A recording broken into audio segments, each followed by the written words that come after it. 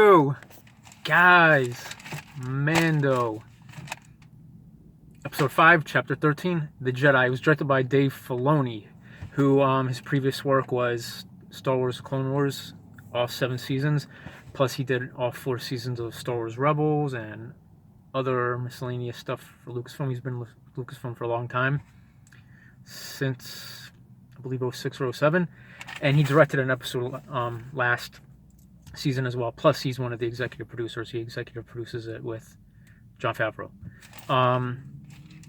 But yeah, Grogu, the child's name, we get it. And this episode, man, it just goes right into the action with Ahsoka. I didn't expect that. I honestly thought it would be like they show Mando and the child, they get the Corvus, they do some talking, then they go exploring and then meet her. But no, it goes right in. And when I saw her, I was like, what? Like, I just didn't expect it to be as soon as the episode begins. But, I mean, this may be the only episode with her this season, so they probably wanted to make sure she was in the whole episode and not just half. But, yeah, Corvus, it's really cool. Especially the... well, I mean, it's like a burnt-up looking planet. It's pretty burnt. But, yeah, the city, Caladan, it looks like a Star Wars Japan. Like, it's got a big wall, a gate, and then when you go in, it looks like it's all burnt up, but it looks like a Japanese marketplace.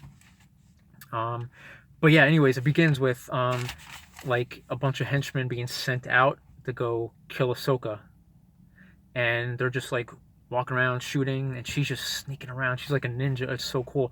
And she's just going around sneaking up on these guys and killing them left and right. It was really cool. Oh yeah, I got a lot of notes. I got 1, 2, 3, 4, 5, 6 pages of notes this time. But yeah, she's like a ninja. It's really cool. She's just sneaking around like a ninja. But yeah, she eventually takes out those guys and then walks up to the wall, and the henchmen are there. The main bad guy, she shows up at the wall, and her like right hand man is there. His name's Lang. He's been in a bunch of movies. I haven't seen them. But I have seen he was in the first Terminator and deleted scenes of the second Terminator and Alien, among other movies. Michael Biehn. He was like the main bad guy. She's known as the Magistrate. You find out her name later on in the episode. But yeah, she shows up with a prisoner. Basically, they're like taking over that little city town, and just treating the people poorly. And so what happens? Yeah, Ahsoka shows up, and she wants information from the magistrate. Ahsoka does, and she doesn't want to give her the information. And the magistrate just talks about how she's going to kill people, and Ahsoka tells her she has a day to give her the information she needs. Oh, and also there were two droids that showed up. They were HK-87s, which was cool. HK models in the expanded universe in the Old Republic and Knights of the Old Republic, those games and stories. There was HK droids, and in the main game, Knights of the Old Republic, there was a droid called HK-40, he was called HK-47, but that was the model. But yeah, I think it's cool. They're just bringing little bits of the pre-Disney expanded universe in, which is really cool. I thought that's cool that they're doing that little by little with all these projects, whether it's Mandalorian or the movies. It's really cool that they're doing that. But yeah, she says, yeah, you got a day to give me the information I need. And then enter Mando and the child. They're on the ship. They're approaching Corvus. They're getting ready. He's just he's just hanging out at the console with Mando. But then he's like, "Oh, you better sit down." And he gets down and he climbs up the seat. He's like doing it all by himself. And then when he was at the console, he wanted that ball again, the ball that's on the stick. Keep that in mind. Keep that ball in mind. But he stops him and says, "Sit down." But then you start to see him once he's seated.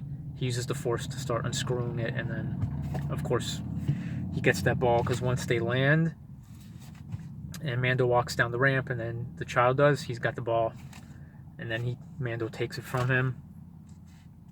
Oh, and when they land, you see these creatures in the background. They're like built like the way their bodies are built. They look like AT-ATs. Like they got big top and then skinny legs. Keep that in mind for the end as well. um, but yeah, he walks up to the city, and Lang is at the gate with henchmen, of course, and like he gets in. He like Lang asks him if he's part of the guild and stuff like that, and they say they need a guy, they need help, and then Mando's walking to the city, and people are like not wanting to talk to him. You could tell they're scared because of what's going on with the city, Caladan. And he tries talking to a woman. She walks away. He tries talking to this guy that's with some little kids. He has the little kids go away. Tries talking to him, but then the henchmen show up and they walk away. They walk to the magistrate's, where the magistrate is at, and she's got a wall too surrounding where she's at. So it's like wall within a wall, and then they go in, and her where she's at, it's not all burnt up and messed up looking. She's in like she resides in this nice like oriental looking garden. Looks so serene, looks just nice and beautiful. There's trees with leaves, and it's just lots of green in there. It's nice.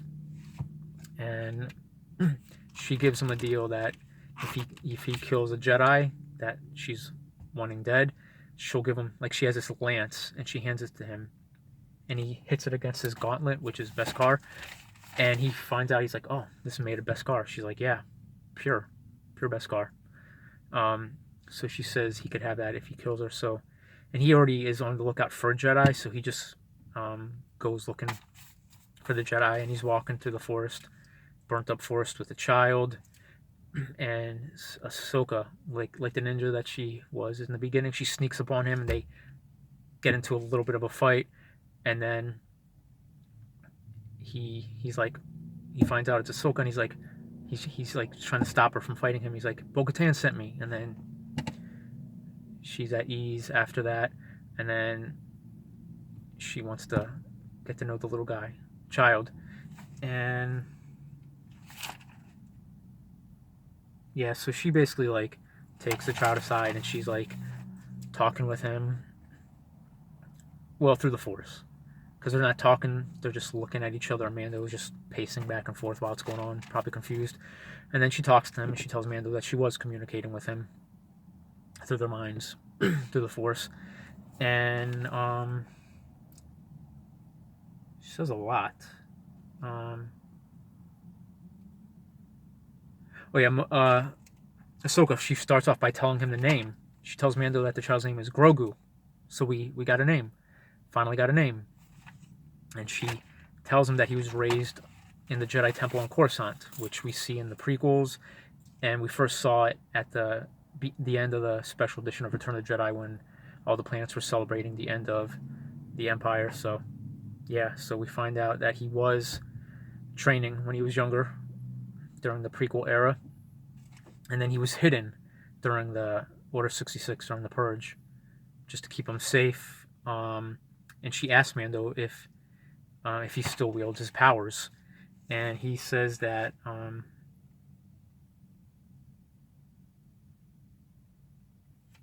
yeah. He basically, well, she asks if he still wields it, and he's like, his powers, and then she explains the Force to him, and then he says that he has seen some interesting stuff, basically seen him do some stuff, and then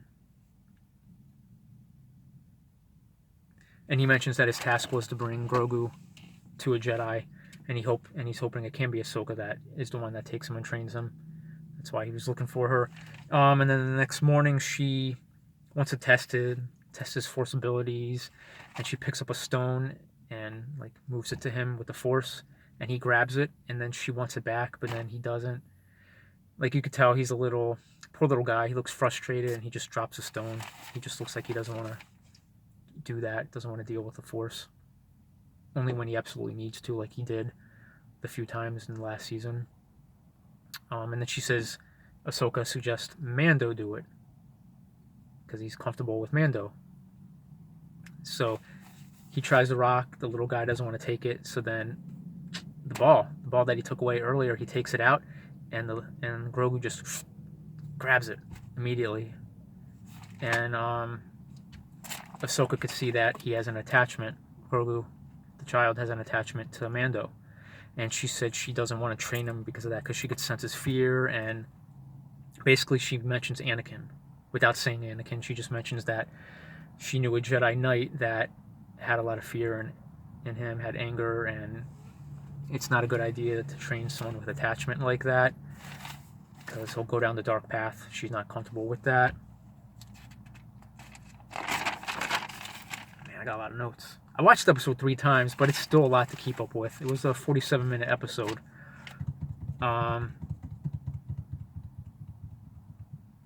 So yeah, they go through all that. She's talking about how she can't train him, and he wants him trained because that was his task, to take him to a Jedi. And then he mentions, then he was like, I was sent to kill you. But he also says, I didn't take the offer, because obviously he didn't kill her. He wanted her help. He wanted help for Grogu, the child. I like the name personally. Just a side note, I know a lot of people are kind of weird about it, but I mean, most Star Wars names are very different. It's not names that we have on Earth. But I like it. It's cool. But yeah, Ahsoka tells him about the magistrate. She's known as Morgan Elsbeth. That's cool. Morgan. The last time that name was in Star Wars was actually Expanded Universe. For the Dark Forces Jedi Knight series, Kyle Katarn, the main character, his dad's name was Morgan. So it's cool that they brought that. I mean, it's like a Earth name, but it's cool that they brought that into the Star Wars universe. So yeah, Magistrate's name is Morgan Elsbeth.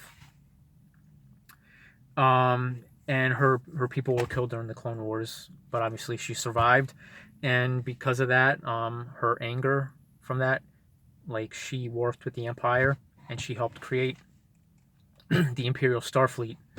So that's where it all kind of ties into what I was talking about at the beginning when Mando first lands on Corvus. You see those creatures in the back. They looked like AT-ATs, so she probably got inspiration for the Starfleet from just stuff around her on Corvus. So that creature, which I probably should have looked it up, its species name, was probably her inspiration for helping create the AT-AT, the walkers, the four-legged walkers you see in the Battle of Hoth at the beginning of The Empire Strikes Back.